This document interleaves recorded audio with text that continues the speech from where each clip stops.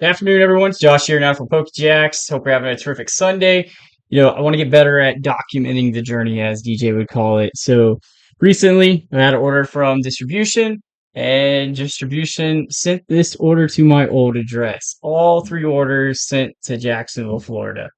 Um, Obviously, it's on the weekend, so not a whole lot I can do. Hopefully, when I get a hold of distribution on Monday, we can figure out some way to get these items moved from Jacksonville back up here to Rhode Island without any incurred costs. Otherwise, I am just going to leave that stuff down there and just take the L. I think the price of shipping with those three boxes and just the little margin with those items. I just don't think it's the juice is worth the squeeze. So, you know, probably lose about $1,000 just sitting down there in Jackson, Florida. But I just gotta look at the positive side. If I can get it up here, hey, that's more spin credit, right? It just sucked, that had some of the I would consider kind of cool stuff in it. Had the K-pop Demon Hunter collectible cards. It had My Little Pony, which seems to be kind of a thing.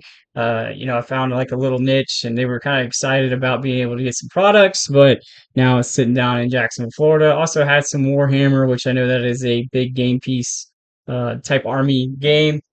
So it sucks, but hopefully, working with distribution, we'll figure out some way, even if I have to pay, if I got to meet them in the middle, maybe I pay half, they pay half, or I don't know. I'm not sure how it's going to work. I'll have to get a hold of them Monday and kind of figure out what happened, why it happened. When you go in order, you put your address is already in there, right? So the address that's in Rhode Island is, permanently, stated in there. Now, how it got mixed up between the order and the warehouses and going for, instead of coming to Rhode Island, Jacksonville, Florida, I have no idea. I have no idea. So hopefully, my distributor will have some answers and we can work through that. I really hope they can just give me a shipping label. Put it on all three boxes and just have my family ship it from Jack's to up here. Delay a little bit, but I'd rather take a delay than a total L, but we'll see what happens. Also, Monday, I am getting the Chinese Prismatic Gathering. They will be here. I have been doing pre-orders. I'm almost out. I'm excited for those to come in, get some Pokemon back in the inventory on the website. It is very difficult here in Rhode Island to find collections. I have noticed that most people are only going to go about 90%, which to me isn't worth the juice. I try to go 80, 85 tops. So, I'm still looking. I want to keep the store stocked. The other distribution doesn't have anything available right now. So I'm just kind of stuck with a lot of ancillary products that typically nobody wants to get. Pikachu Elite binders or Charizard binders, top loaders, semi-rigid, card holders for, submitting cards to PSA, some play mats, but yeah, those typically don't sell well. Most people on the website, when they go, they want to see Pokemon, and that's the goal, is to try to keep a steady inventory of products available. I used to do a lot of Japanese. It's just that the market's so volatile. It's just so hard to get a read on what to do and what to buy and what makes sense. And in my mindset, I think most people want to spend money either on the newest Japanese set, or if they're going to pay money, they're going to pay money for English products, not Japanese products. So that's why I've kind of slowed down. It's just it doesn't make sense, and then just kind of how the market is, and where I believe, my opinion, where the mindset of most folks is hey, they would rather spend money on Pokemon English than foreign products. The Chinese is new, has an exclusive card, so give it a shot. Like I said, I'm almost sold out of pre-orders. It'll be here Monday, so as soon as they arrive, I'll get all those pre-orders packed. I have a few left to get shipped out to everybody that did their pre-orders, and then what's left will be available on the site. Future things coming from distribution. There are some items on the way. The Greninja premium collection boxes, which I'll be getting those. So they released July 3rd.